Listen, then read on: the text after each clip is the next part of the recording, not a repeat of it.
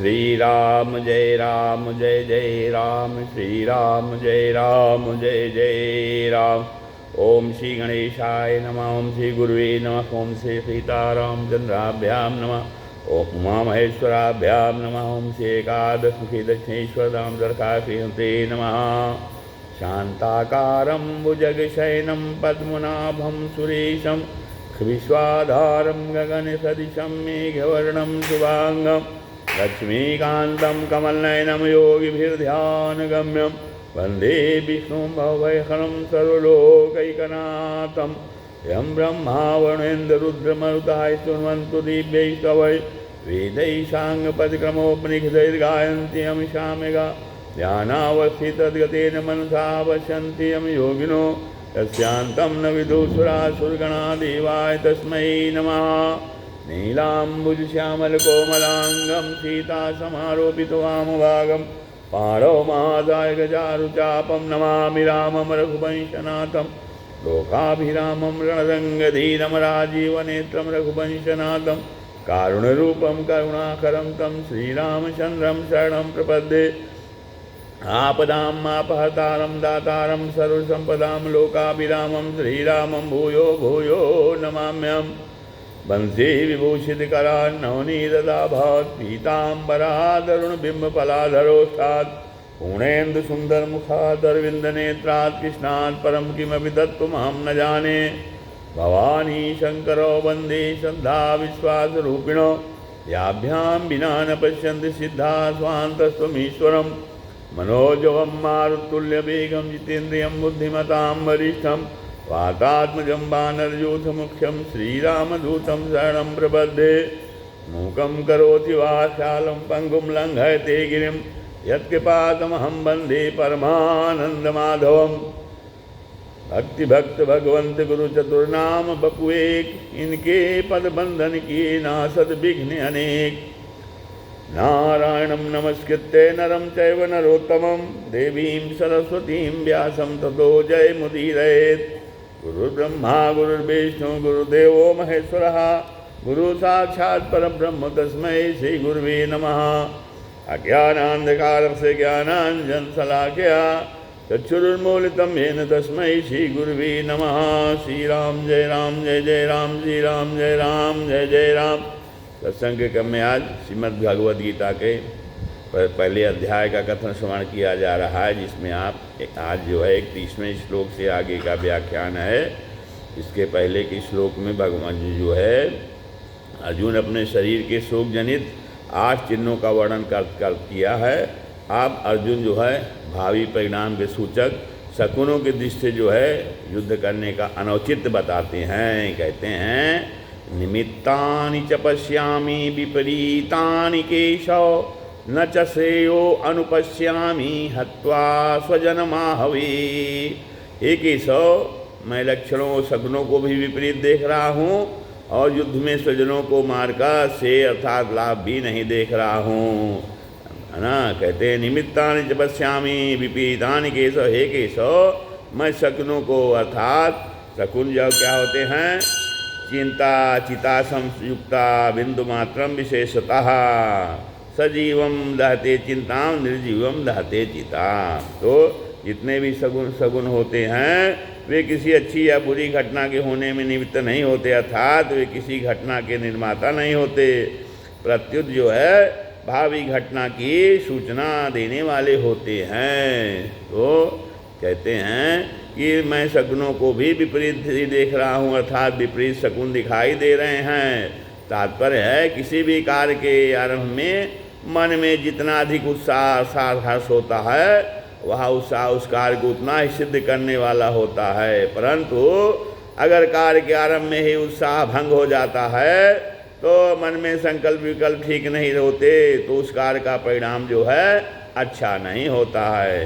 अब तब इसी भाव से अर्जुन कह रहे हैं कि अभी मेरे शरीर में अवयवों का शिथिल होना, अंगों का शिथिल होना, कंप होना, मुख का सूखना आदि जो लक्षण हो रहे हैं, जो लक्षण दिखाई दे रहे हैं, ये व्यक्तिगत सगुन भी ठीक नहीं हो रहे हैं। तब इसके सिवाय आकाश से उल्कापात हो रहा है, असमय में ग्रहण लगना, भूकंप होना, पशु पक्षियों का भयंकर बोली बोलना, और चंद्रमा के काले चिन्ह का मिट सा जाना, बादलों से रक्त की वर्षा होना आदि जो पहले शगुन हुए हैं वे भी ठीक नहीं हुए हैं। इस तरह अभी के और पहले के इन दोनों शगुनों को जब देखता हूँ, अर्जुन कहते हैं, तो मेरे को ये दोनों ही शगुन विपरीत अर्थात भावी अनिष्ट के सूचक दिखते हैं। हाँ, अनिष्ट की सूचना देते हैं। न जसयो न पश्यामि हत्वा स्वजन माहवे, युद्ध में अपने कुटुंबियों को मारने से हमें कोई लाभ होगा? हाँ, अर्थात ऐसी बात नहीं है। इस युद्ध के परिणाम में हमारे लिए लोक और परलोक दोनों ही हितकारक नहीं दिखाई दे रहा है। कारण क्या है कि कारण जो अपने कुल का नाश करता है वह जो है अत्यंत पापी होता है। अतः जो है कुल का नाश करने से हमें पाप ही लगेगा। अर्जुन कहते हैं कि जिससे नरकों की प्राप्ति होगी।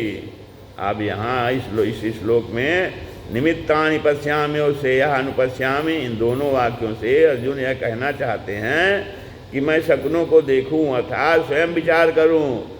दोनों ही रीत से युद्ध का आरंभ और उसका परिणाम हमारे लिए और संसार मात्र के लिए हितकारक नहीं दिखाई देता है, जिसमें ना तो शुभ शकुन दिखते हैं और न श्रेय ही दिखता है। तब ऐसी अनिष्टकारक विजय को प्राप्त करने की अनिच्छा अर्जुन आगे के श्लोक में प्रकट करते हैं। कहते हैं जो ऐसी अनिष्टकारक विजय हमें नहीं चाहिए। कहते हैं न कांक्षे विजयम कृष्ण न च राज्यम सुखानि चा, किम नो राज्येन गोविंद किम भोगैर्जीवितेन वा। कहते हैं हे कृष्ण, मैं ना तो विजय चाहता हूँ, न राज्य चाहता हूँ और न सुखों को ही चाहता हूँ। हे गोविंद, हम लोगों को राज्य से क्या लाभ, भोगों से क्या लाभ, अथवा जीने से भी क्या लाभ है। हाँ, तो न कांक्षे विजयम कृष्ण न च राज्यम सुखानि चा। तो मान लें कि युद्ध में हमारी विजय हो जाए तो विजय होने से पूरी पृथ्वी पर हमारा राज्य हो जाएगा, अधिकार हो जाएगा। पृथ्वी का राज्य मिलने से हमें अनेक प्रकार के सुख मिलेंगे, परंतु इनमें से मैं कुछ भी नहीं चाहता, अर्थात मेरे मन में विजय, राज्य एवं सुखों की कामना नहीं है।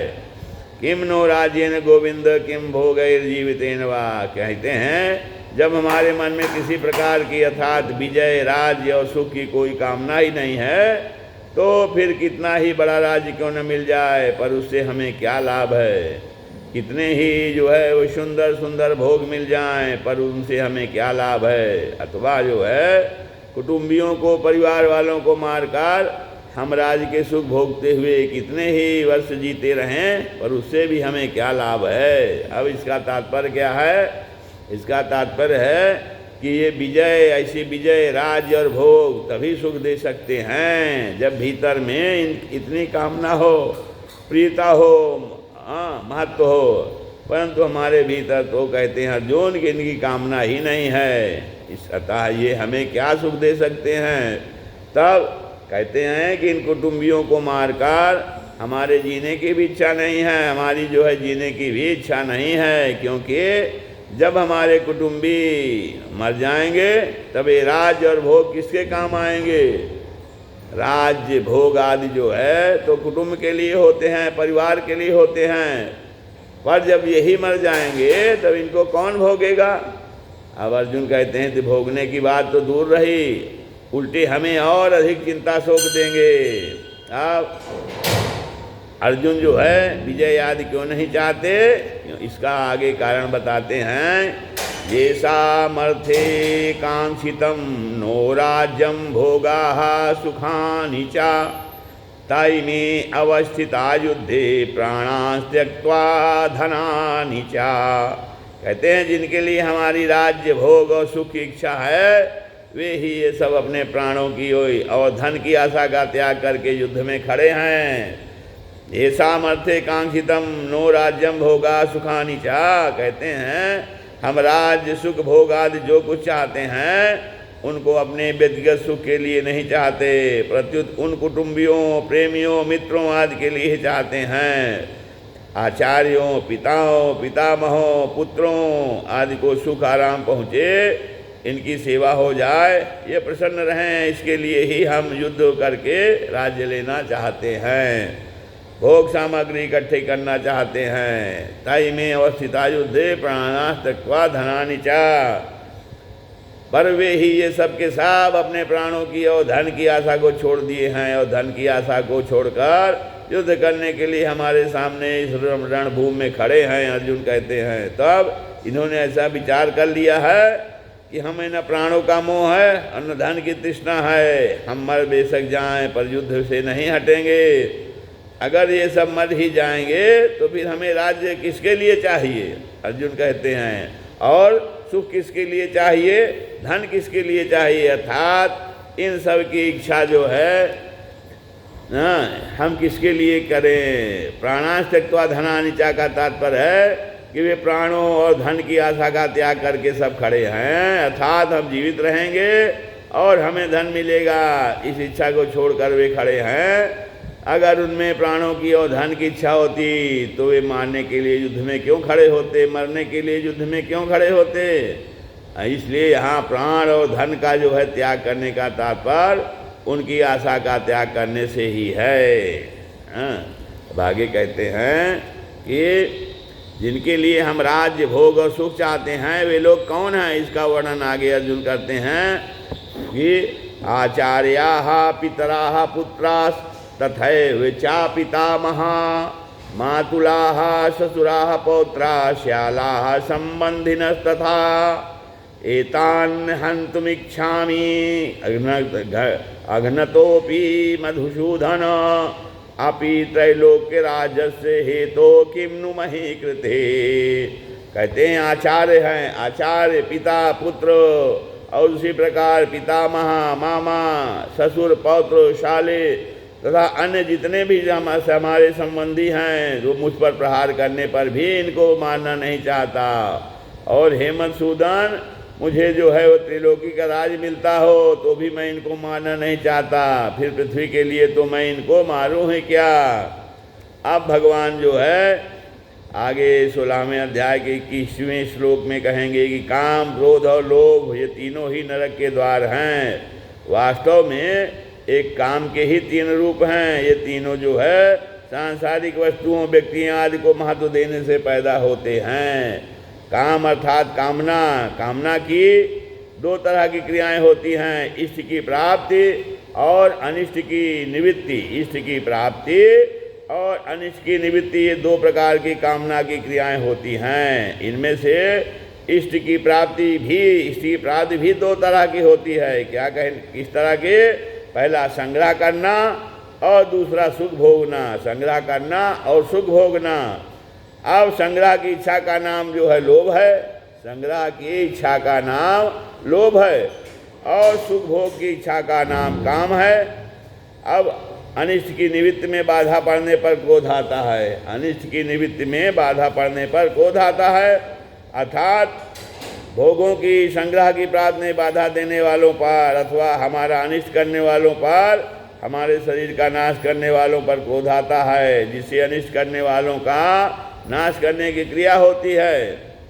इससे सिद्ध हुआ युद्ध में मनुष्य की 2 तरह से प्रवृत्ति होती है, अनिष्ट की निवृत्ति के लिए अर्थात अपने क्रोध को सफल बनाने के लिए, और इष्ट की प्राप्ति के लिए अर्थात लोभ की पूर्ति के लिए। परंतु अर्जुन यहाँ इन दोनों ही बातों का निषेध कर रहे हैं। आचार्य पितरा अर्थात अग्रज हमारे ये कुटुंबी जन, अगर हमारे ये कुटुंबी जन अपनी अनिष्ट निवृत्ति के लिए क्रोध में आकर मेरे पर प्रहार करके मेरा वध भी करना चाहें तो भी मैं अपनी अनिष्ट निवृत्ति के लिए क्रोध से आकर इनको मारना नहीं चाहता। आप कहते हैं कि अगर ये अपनी इष्ट प्राप्ति के लिए राज्य के लोभ में आकर मेरे को मारना चाहें तो भी मैं अपनी इष्ट प्राप्ति के लिए लोभ में आकर इनको मारना नहीं चाहता। अब इसका तात्पर्य हुआ कि क्रोध और लोभ में आकर मेरे को नरकों का दरवाज़ा मोल नहीं लेना है। अर्जुन कहते हैं यहाँ 2 बार अप्य पद का प्रयोग करने में अर्जुन का आशय यह है कि मैं इनके स्वार्थ में बाधा ही नहीं देता तो ये मुझे मारेंगे ही क्या। पर मान लो कि पहले इसने हमारे स्वार्थ में बाधा दी है, ऐसे विचार से ये मेरे शरीर का नाश करने में प्रवृत्त हो जाएं तो भी मैं इनको मारना नहीं चाहता। दूसरी बात, इनको मारने से मुझे त्रिलोकी का राज्य अगर मिल जाए, यह तो संभावना ही नहीं है, पर मान लो कि इनको मारने से मुझे त्रिलोकी का राज मिलता है, तो भी मैं इनको मारना नहीं चाहता। मधुसूदन संबोधन का तात्पर्य है, माने मधु नामक दैत्य को मारने के कारण भगवान का नाम मधुसूदन पड़ा था।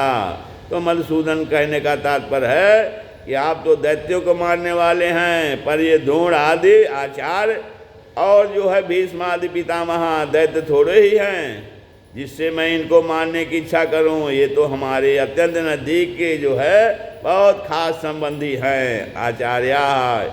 इन कुटुंबियों में जिन द्रोणाचार्य से हमारा विद्या का हित का संबंध है, ऐसे जो पूज्य आचार्य हैं, तो आचार्यों की मेरे को सेवा करनी चाहिए, उनके साथ लड़ाई करनी चाहिए।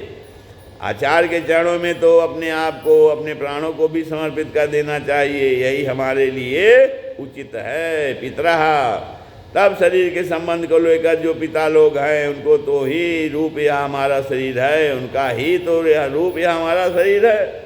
अब शरीर से उनके स्वरूप होकर हम क्रोध या लोभ से अपने उन पिताओं को कैसे मारें।